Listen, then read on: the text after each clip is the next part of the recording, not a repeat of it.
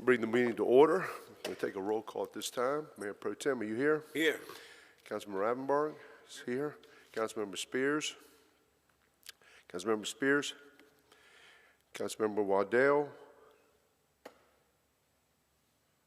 Yeah, okay. They're both here. They're both here. I see them on their videos. Councilmember Andrews. Here. Councilmember Joyner. Here. And the chair is here. First thing, we have the consent agenda, approval of the minutes of C1. C2 is a resolution authorizing the city manager to enter into an interlocal agreement with New Hanover County for the Homeless Outreach Unit. Public hearings, PH1 is an ordinance directing the housing inspector to vacate, close, and repair or demolish a dwelling at 1315 Marston Avenue as unfit for human habitation and directing that a notice be placed therein prohibiting its use for occupancy. PH2 is an ordinance amending the official zoning maps of the city to initially zone property containing 19.21 acres of land located at 7725, 7729, 7753, and 7759 Alexander Road to MD 17 CD high density multiple dwelling residential district, conditional district for 253 unit multiple dwelling development. PH3 is an ordinance amending the official zoning maps of the city of Wilmington to rezone property containing 1.28 acres located at 1729 Allens Lane from O and I Office and Institutional District to MD 17 CD high density multi-dwelling residential district, conditional district for an 18-unit residential townhouse development. Ordinances 01A is an ordinance making supplemental appropriation of $121,526 from the Stormwater Fund balance to the Stormwater Capital Equipment Line for replacement of an existing road tractor. 01B is a resolution authorizing the purchase of a Firefightner road tractor from Velocity Truck Centers, LLC of Greensboro, North Carolina for the Stormwater Division. And 02 is an ordinance authorizing the approval of a pilot social district in the Brooklyn Arts District. Resolutions. R1 is a resolution granting an additional 180 days for the owner to repair or demolish the dwelling located at 1115 South 5th Avenue. R2 is a resolution authorizing the award of construction contract in the amount of $1,787,499 to Wells Brothers Construction Company Incorporated for the Olson Park Phase 2 project.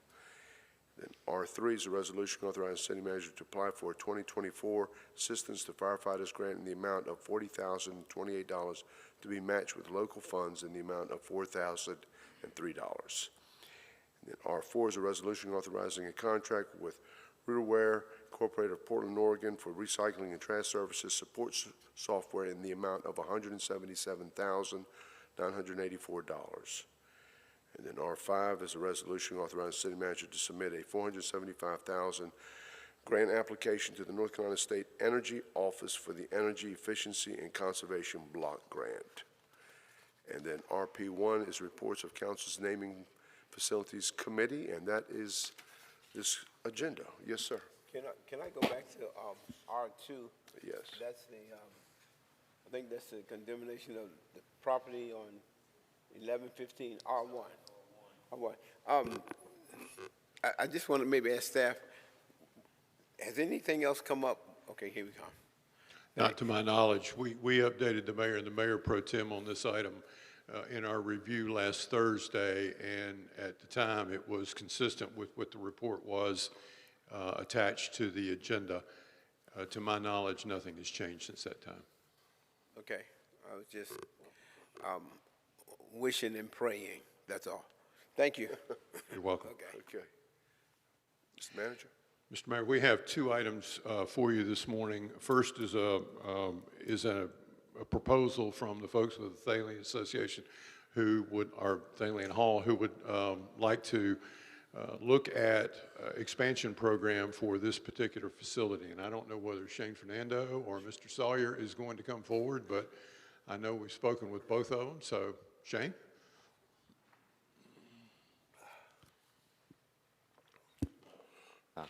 Good morning. Thank you so much for having us here. And I'm joined by Mr. John Sawyer from Sawyer Sherwood and Associates Architecture Firm. We have secured their services to develop plans to present to you today. This morning, we're excited to share those updates of this beloved structure. And first, I want to thank the city for their trust and partnership with THCPA for the past 60-plus years in operating, maintaining, restoring, and programming this facility. And also just want to give a very heartfelt thank you for entrusting us to help write the next chapter of this beloved national treasure. As you may know, ground was broken with Thalian Hall City Hall in 1855 and officially opened in 1858. And this year we anticipate over 700 events in this facility. This is, I am yet to find, another historic theater that is as utilized as this. I think it's safe to say this is the most utilized historic venue in the nation. We have, last year, over 100,000 guests came through this facility, and she definitely is a workhorse. We have 43 community organizations that call this structure their home, and there are many others who would like to also call it their home, but there is no more dates in the calendar. If you could find another month to add to the year, we'll gladly take it. And also our existing renters are also wanting to expand their programming. So this expansion into this space could not come at a better time for our community to expand their programming and to connect with our ever-growing community in other ways. So with that, I would like to go ahead and share our plans. Oh, here we go. So, John, you want to? Thank you for having us here and hearing the ideas. Shane and I have been working on this for quite a while, but in a little more aggressively recently. What you're seeing now is the main level of the theater, including the City Hall area. City Hall area is on the left in this slide. Starting with the lobby, we plan to enclose the outdoor area that's just outside of the existing doors. We are going to build a canopy to provide some better weather protection for that.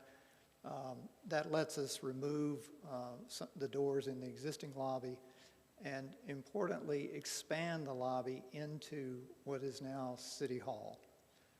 We're being respectful of the existing building. We're using the old existing window openings, the arched openings, opening those up so that the space in the existing lobby flows into City Hall. The concession is expanding, but it's expanding into City Hall. We're trying to move that activity that way and really enlarge the lobby to serve a much bigger performance venue. Yeah. So yes, so currently we have one concessions bar, and this proposal, you've been to a show at Thalian Hall, and the lines for concessions can be very long. The new designs allow for 4 new permanent concessions area. Also the expansion of the into the portico and enclosing that will allow us, if and when needed, to install security screening areas as well in the lobby. And most excitingly is the restroom expansion. That was one thing that the ladies' room is actually almost, was more than tripled in terms of going from 3 stalls to 10 stalls. So, and the men's room actually expanded too, as well as the addition of a family restroom. But our lobby space more than doubles in that.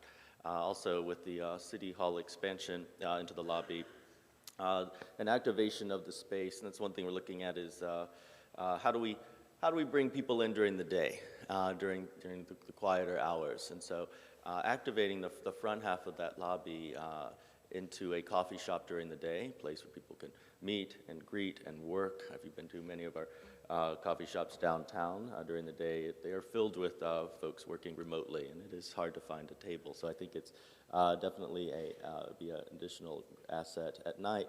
In addition to lobby, post-show will become a place to listen to live music, and we want to focus this area. You see there's a round circle in that in the City Hall lobby there. That is a round rotating stage that we're looking to install for musicians there, and have live music every night featuring regional artists in a martini bar.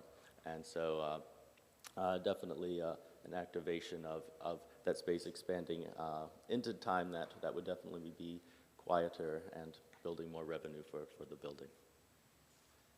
On the same drawing, the areas in green are administrative office space. We are almost gutting what were the existing city offices. We're saving one office, and then the rest of the plan is reworked to provide daylight in almost every space and to be a combination of closed office space as well as workstations. The green area in the upper left corner is a multi-purpose space. One of the things that will happen there is the center's board will meet in that space, and then there's some staff and volunteer space. One important thing that I know we have debated about for years is reestablishing the old elevator that was in City Hall. We are going to bite the bullet and put an elevator in that will serve all floors. Right now, as you all know, the basement has no elevator service. It will when this is done, and I think that will really help functionally. One other thing in this, two other things I want to point out is on the portico, the installation of seating out front to bring life to that side of the building. It's a beautiful space to be able to sit and enjoy. And also the orange square in the other corner at the top represents an expansion of our into the loading dock area to build a scenic lab. One thing that I want to do is to isolate set construction into a place that is separate from the rest of the building. I don't want that happening on the stage or in the state shred extension, drawing dust into the building, into the HVAC system, and to isolate that in a separate room that can be walled off where that work can be done. So let's please interrupt us at any time. Excuse me, do you have a pointer there? You can just, yeah. Oh, there it is. Just, Can you yeah. see that? Yeah. Yes. Okay. Okay. Just show Thank us. you. Thank you. Thank you.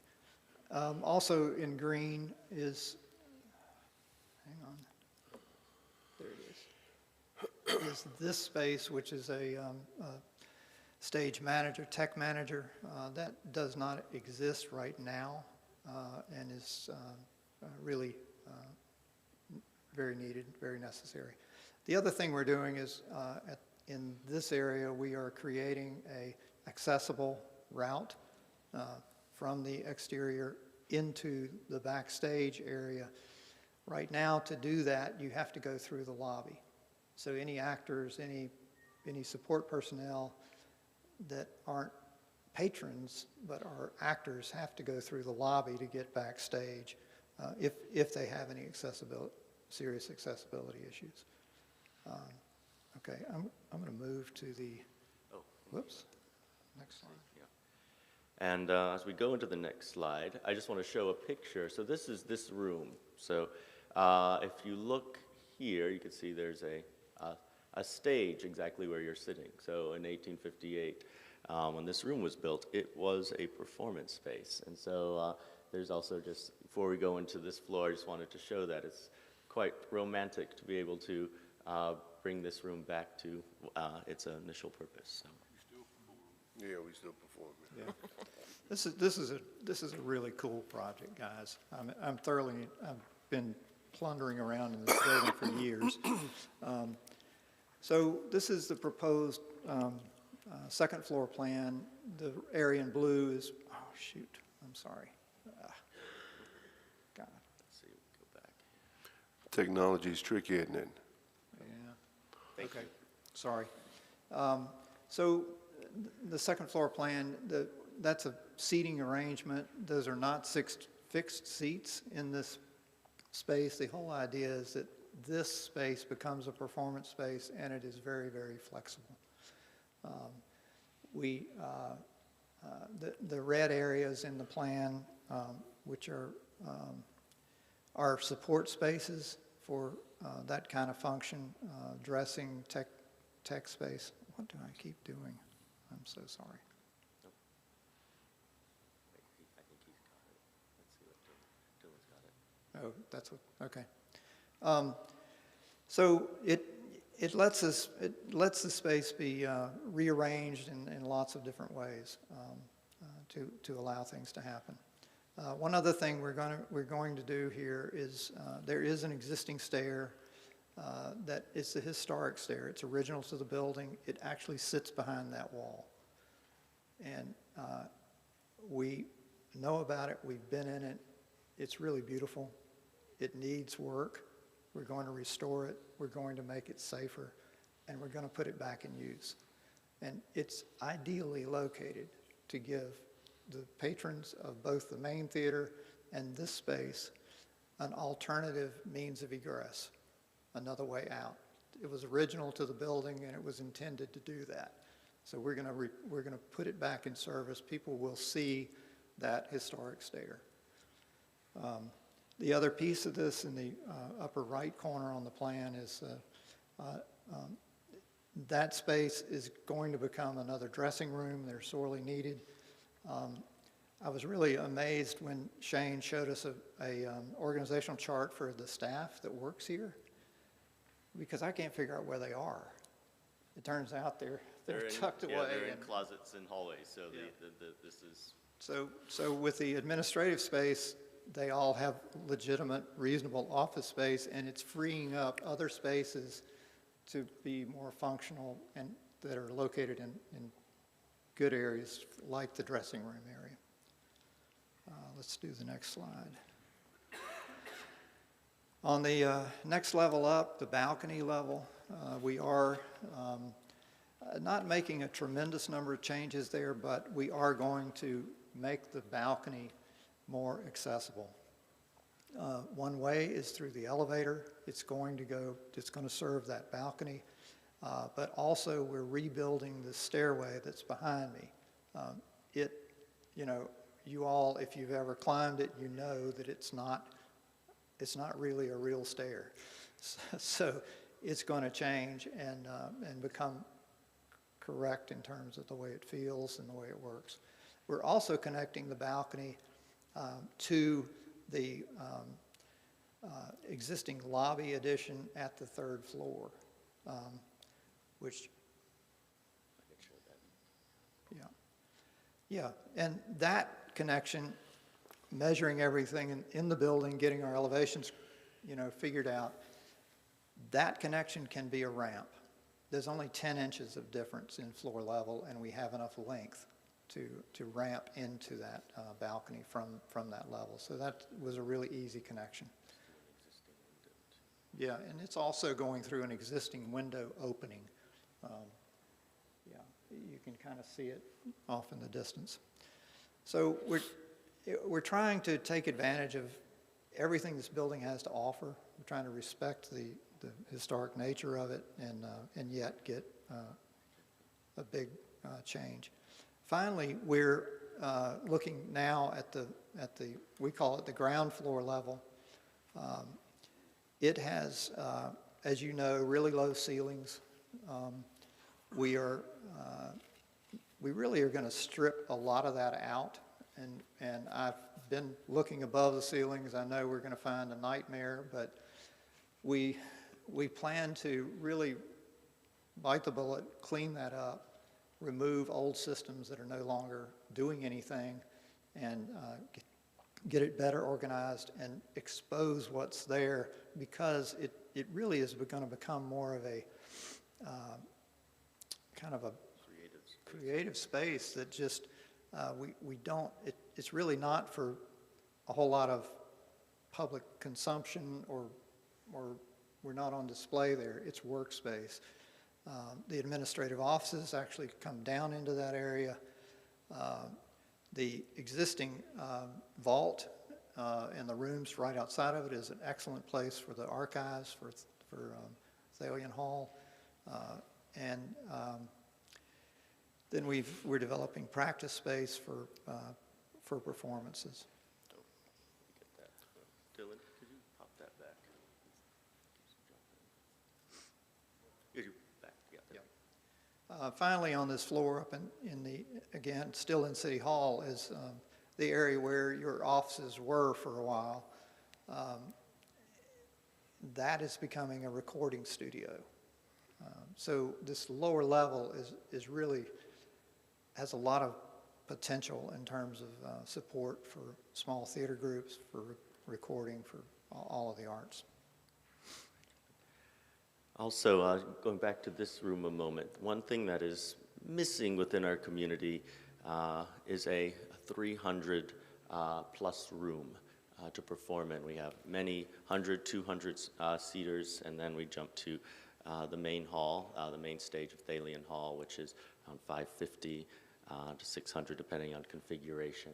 And so what we find in many communities, a 300-size room is one of the most utilized rooms that a community will use, and that is something that we do not have in this region at all. And so this is something that, as looking through all the different opportunities and ideas, is putting in places that are not redundant to our community and that are additive to that. And I believe that a 300-room space, 300-seat space, we can rent that and have that filled. If I put that on the market today, it could be filled for the year. So it's definitely something that would be highly needed in the community. One other thing we are going to do, the building is partially protected by a fire sprinkler system. The fly loft is, the addition completed in around 1990 is fire sprinklered. We really need to put a fire sprinkler system in this entire building. It's good stewardship to do it, because if, God forbid, if this ever did catch fire, I think it would not stop.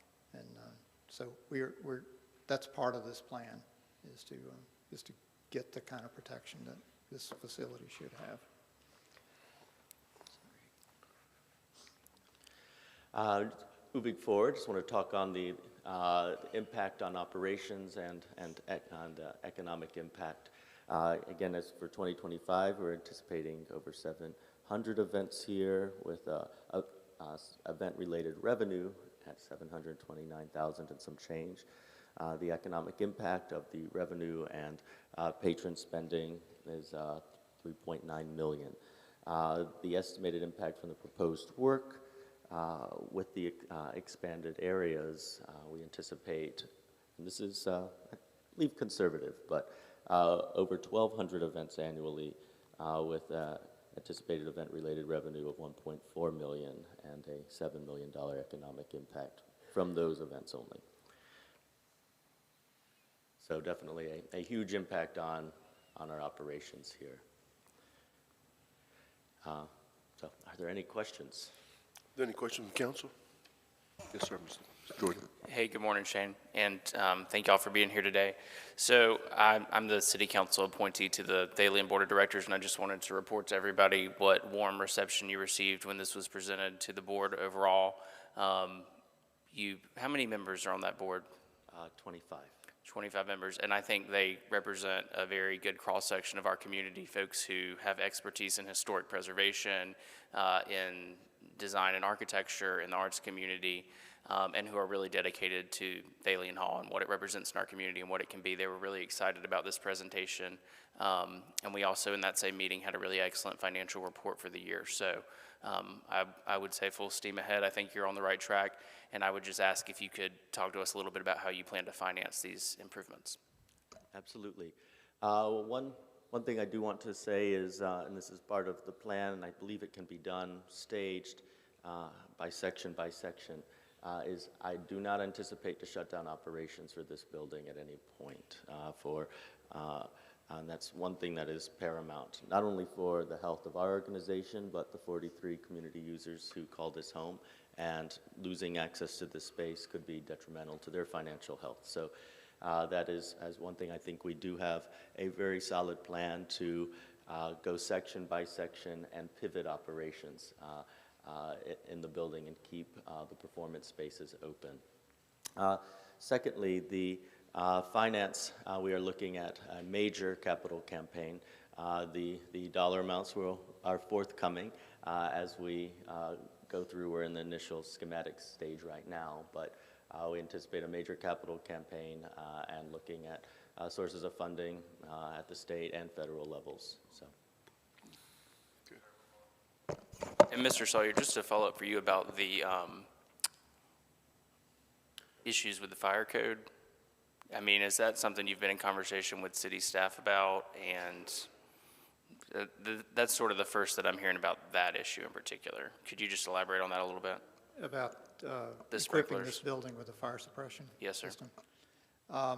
It is, I have not had any discussion with building inspections about it, but we have met with the city staff to discuss the need. It's doable, and the building warrants it. A lot of things happen when you do put in a fire suppression system. There are benefits in terms of egress lengths can increase. A lot of things happen that that a fire sprinkler system allows to happen. So, for example, the entire building can be one building. Right now, that wall is a 3-hour firewall. When you put in a fire sprinkler system and you protect 100% of the building with a fire sprinkler system, then the building size is such that it can exist as one building. That helps us connect this building, this City Hall area, to Thalian Hall without a lot of other expense like fire shutters and that sort of thing. There are fire shutters now at these openings between the two buildings. So there are other, besides just good stewardship of a historic structure, there are other benefits. It helps the building be more flexible. So, thank you. Mr. Sawyer, Yes. Hey. I'm sorry. You mentioned when you remove the ceiling, you don't know what you expect to find. Explain that. Well, I was talking about the basement level, just looking above that ceiling, seeing all the data cable, conduit, that sort of stuff. It's not a huge problem because it's easy to get to once the ceiling grid is removed. Okay. So Okay. it's not I don't anticipate any huge surprises about that. Okay. All right. Thank you. Sure. I like the idea too. And I've come here a number of times and it's always crowded, and I'm glad you're extending the concession stand because my wife would appreciate that. Okay. Very good work. Thank you. Thank you. Thorough. Very good. Thank you, guys. Mr. Mayor, on your agenda for tomorrow night is the approval of a pilot social district in the Brooklyn Arts District. We'd like to do a brief overview for you of that particular proposal. It has been brought to us by some local merchants in the Brooklyn Arts District, as well as Christina Haley at WDI, and Chad and Chance have been working closely with these folks to try to come to some conclusion with regard to that, and we'd like to just go over it with you in some detail. Chad?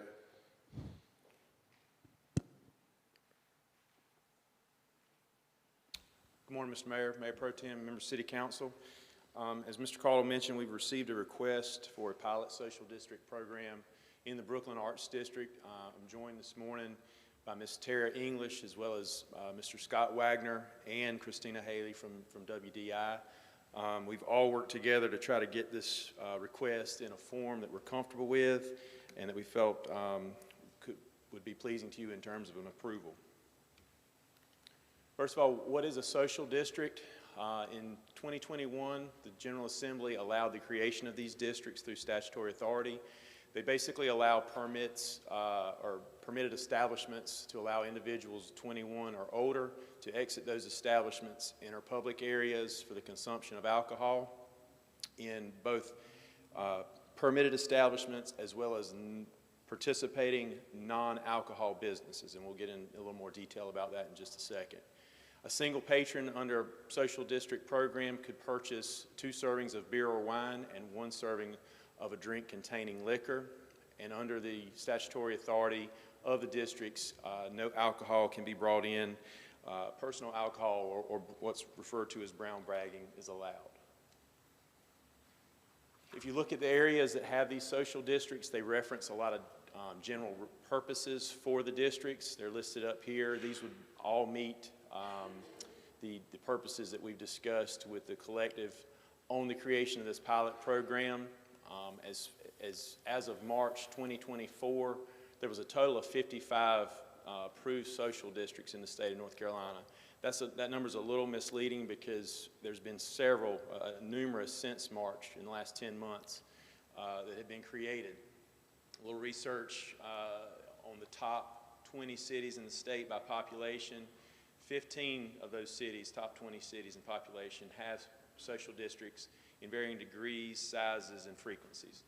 One of those, obviously, of the 5 that don't have social districts is Wilmington.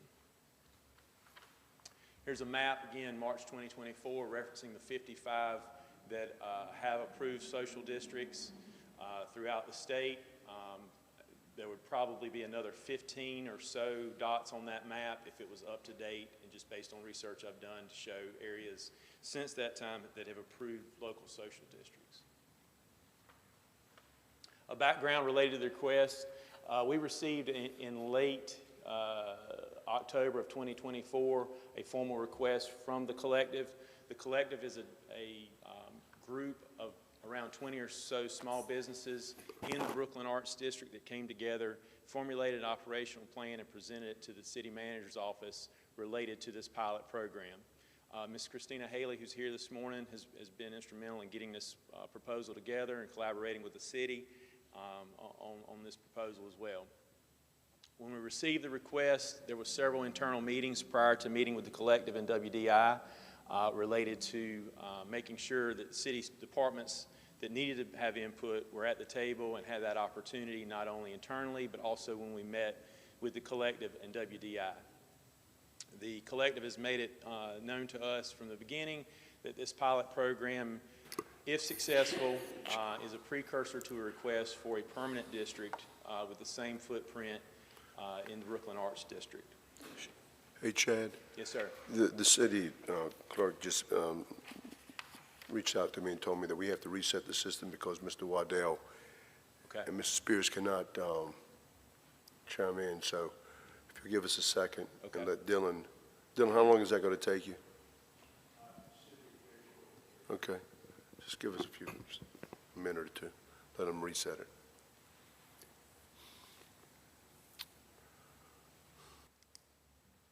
Continue on, Chad. Just check. Continue? Yeah. Okay.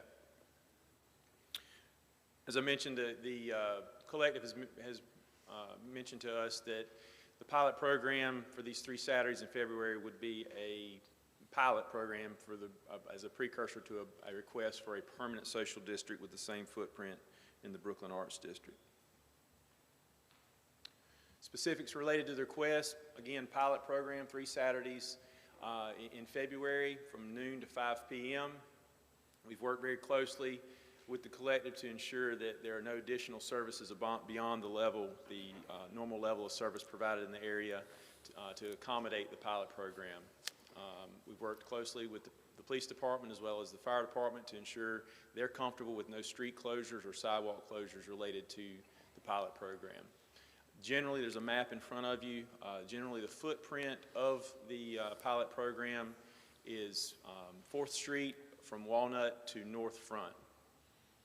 Small outlier area along the south side of the Red Cross Street sidewalk that would allow patrons to access Eagles Dare that's at the corner of Red Cross and 3rd Street. Again, that footprint is listed, shown right here. The operational plan, you have a copy of that in front of you that's been provided by the collective. Again, WDI and the collective will handle all operational obligations of the pilot program to include trash collection. They've handled to date all public notification. They have provided us with the notification that was provided to everyone in the footprint. We've reviewed it internally, made suggestions, and they've resent that information back out to the public, advising them of the ordinance being proposed and considered tomorrow night, as well as the opportunity for them to be able to speak tomorrow night. The collective will also handle all signage, cups, stickers, et cetera, related to the obligations for the pilot program. No request, contribution, or anticipated cost to the city related to the pilot program. Participating establishments will have signage. These are all statutory obligations for a social district. The same obligations apply whether it's a pilot program or a fully operational social district. Staff orientation, maps, district rules, customers' do's and don'ts will be provided to all participating businesses. Cup labels, and we'll talk about cup labels in just a second. There's very specific information that has to be on these cups for participating establishment. Here's an example of the cup requirements. Again, very specific information has to be on the cup. The district logo, location of the sale, the initial sale of the drink, where it came from. A disclaimer on the drink stating drink responsibly 21. Cannot be glass and has to be 16 ounces or less. One thing that we've really focused on from the beginning of receiving the initial request from the collective is making sure that the folks, both those that are participating, non-participating, and those that live in the district are well aware of what's being proposed and the opportunity to weigh in, get information as needed related to the request and the proposed social district. Written notice, again, has been provided to these the folks in the footprint, the businesses, and they'll have the opportunity tomorrow night to speak at City Council after the presentation of the ordinance is made. If you go on social media, there's been a lot of information on social media, as also video media has provided a lot of stories related to the proposal. There's two primary general statutes that deal with the social district issue. The first one, 168-205.4, references the establishment and the authority to create these districts. 18B-300.1 lays out a more specific framework of the requirements related to having these establishments in the municipality. If approved tomorrow night, the ordinance is approved authorizing the pilot program. We've had discussions with the ABC Commission in Raleigh. They basically had to be provided with proof that the City Council has considered an ordinance, has approved an ordinance. They don't have any formal approval process. It's just a matter of providing them with notice that the city has approved it. We've already got the point of contact up there that we would mail it directly to. And then one of the main tenets that we've worked with the collective and WDI on is making sure that we review this this pilot program in real time after each Saturday. After each Saturday event, that following week, we'll have a debrief with WDI, city departments, and the collective to go over what happened, what went right, what went wrong, what we can address for the next Saturday, and use that as the basis if there is a permanent request from the collective for a social district. Use that experience in those meetings to formulate a permanent request to City Council for that social district. And I'll entertain any questions if you might have any. Any question for Chad? Yes, sir. How would you prevent, let's say, if I go to one establishment and get, like say, the limited number of cups, can I go to another establishment and get more cups? My understanding of the way it works is if I go to an establishment and buy a drink, let's say I'd buy a drink at Balsam Falls Brewing Company in Silva, I can leave that establishment. I can walk out on the sidewalk in the public space. I can walk into a participating non-alcohol business, drinking my beer the entire time. But I cannot walk into another establishment with that with that drink. If I walk into another alcohol establishment, that has to be either thrown away or finished. I won't be able to just have a universal cup that goes from bar to bar. But can I go to that second establishment and get another cup? Yes, Like, sir. so- If you throw this one away before you walk in that establishment, yes, you can go in there and get another one, so you could basically go back outside again or go into a participating non-alcohol establishment. Okay, so I thought you said something about there's a limit to. A the limit to amount- the sale. A limit to the sale, not as much as I can consume as much as I want. Correct. Single sale, single purchase for an individual is 2 servings of beer or wine at one time, or 1 drink containing liquor at a time. Right, okay. All right, thanks. Yes, sir. Anybody else? So let me, just clarification, so that's 2 servings of beer or wine or 1 serving of hard alcohol per establishment? Per patron, Per establishment, per patron? correct. Okay. Anybody else? Thank Okay, you. Thank you. Mr. Mayor, that's all the staff has for you. I understand you have Appointments Committee and Audit Committee following this meeting. Okay, thank you. With that, we stand adjourned.